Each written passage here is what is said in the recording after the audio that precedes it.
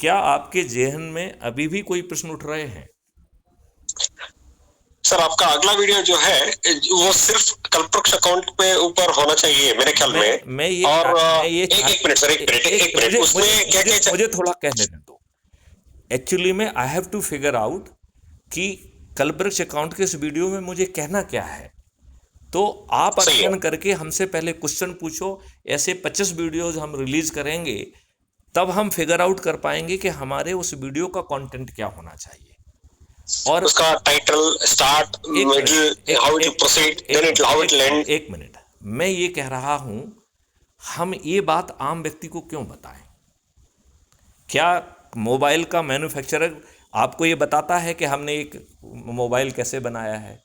अरे सामने वाले को लाभ मिले, ये बताओ कि भैया तुमको कल्पवृक्ष अमाउंट मिलेगा, उससे पैसा आ जाएगा, जब तुम कमाओगे तो पैसा वापस हो जाएगा। आपको जो है ना कैपेबल बना दिया जाएगा। यदि आपके पास एम्प्लॉयमेंट नहीं है तो वो आपको एम्प्लॉयमेंट के तैयार कर देगा। आपको कहीं पे जो है ना भीख मांगने नहीं जाना पड़ेगा कि मुझे रोजगार दे दो, किसी सेठ के पास नहीं जाना पड़ेगा, चौराहे पे खड़ा नहीं होना पड़ेगा। आपको सिस्टम जो है, या तो राष्ट्रीय संपदा जो चल बन रही हैं उनमें आपकी उपयोगिता है तो वहाँ भेज देगा, या आपके ड्रीम के लिए अनदर प्रोजेक्ट बना देगा। मतलब आपको एम्प्लॉयमेंट अपॉर्चुनिटी भारत सरकार से नहीं चाहिए, ना ही आपकी लिमिटेड है फॉर द। हमें मालूम है कि भारत के लिए कितनी चीज़ें चाहिए, कितने ट्रेनिंग सेंटर चाहिए, कितना चाहिए। अकॉर्डिंगली जो है ना सिस्टम जो है ना मैक्रो लेवल पे डिजाइन करता रहेगा, और उसके एक्सपर्ट बैठे हुए हैं। जब आप ड्रीम देखेंगे तो वो आपको ड्रीम को बड़ा कर देंगे कि भैया हमें 140 करोड़ लोगों के लिए ये चीज़ें पैदा करना है। आपके घर को साफ करने के लिए गाड़ी में बैठ के विशेष इक्विपमेंट से लोग आएंगे। एक जो आप घर साफ नहीं कर पा रहे हैं उसका हर कोना चमकेगा। आपके गार्डन्स को मेंटेन करने के लिए टीम आएंगे, अपना काम करेंगी, और उनको पेमेंट अपने आप होगा, रेवेन्यू स्ट्रीम के माध्यम से होगा, वो आपके खाते से जाएगा। जैसे ज्यूम करिए कि जिनकी नेबरहुड इमीडिएट है उनको ये पैसा लगेगा, जो थोड़ा दूर रह रहे हैं उनको इतना पैसा लगेगा क्योंकि वो भी घूम के आते हैं। तो आपके चारों तरफ का एम्बियंस बदल जाएगा। चारों तरफ गार्डन्स होंगे, चारों तरफ फ्लावर हो गए, चारों तरफ हर्ब बन रहे होंगे, चारों तरफ जो है ना फूड प्लांट लगेंगे। आपकी जो बिल्डिंग्स हैं मल्टी स्टोरीड, जिसको आप कंक्रीट जंगल कहते हैं, इस कंक्रीट जंगल को ग्रीन जंगल में कन्वर्ट कर दिया जाएगा। इनकी छत पे यदि कैपेबिलिटी नहीं है तो नीचे से पिलर जाएंगे और उनको आपकी बिल्डिंग से भी सपोर्ट लेके उसके ऊपर एक और लेयर क्रिएट कर दी जाएगी, जिस पे जो है ना प्लास्टिक की ट्रांसपेरेंट सीट रहेगी, जिसमें फ्लो के साथ कोई जो है ना सीपेज ना हो, और उसके ऊपर 9 इंच की मिट्टी, और वो भी एकदम फर्स्ट क्लास, उससे जो है ना ऊपर जो है ना खेती होगी। वर्टिकल वॉल्स पे जो है ना जालियां लगी होंगी, जिससे आपकी सब्जियों की बेलें, इसकी बेलें, उसकी बेलें, फ्रूट की बेलें होंगी। आपका कंक्रीट जंगल जो है वो ग्रीन जंगल में कन्वर्ट हो जाएगा।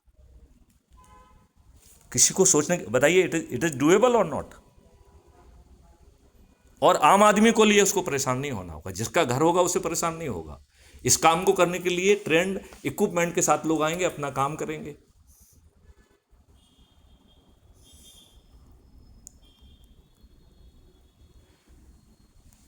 आप जो है भारत के साथ साथ विश्व के लिए भी फूड के लिए बाउल बन जाएंगे आप। जहां जरूरत होगी वहां पर मल्टीपल लेयर करके खेती होगी, राष्ट्रीय संपदा निर्माण के तहत।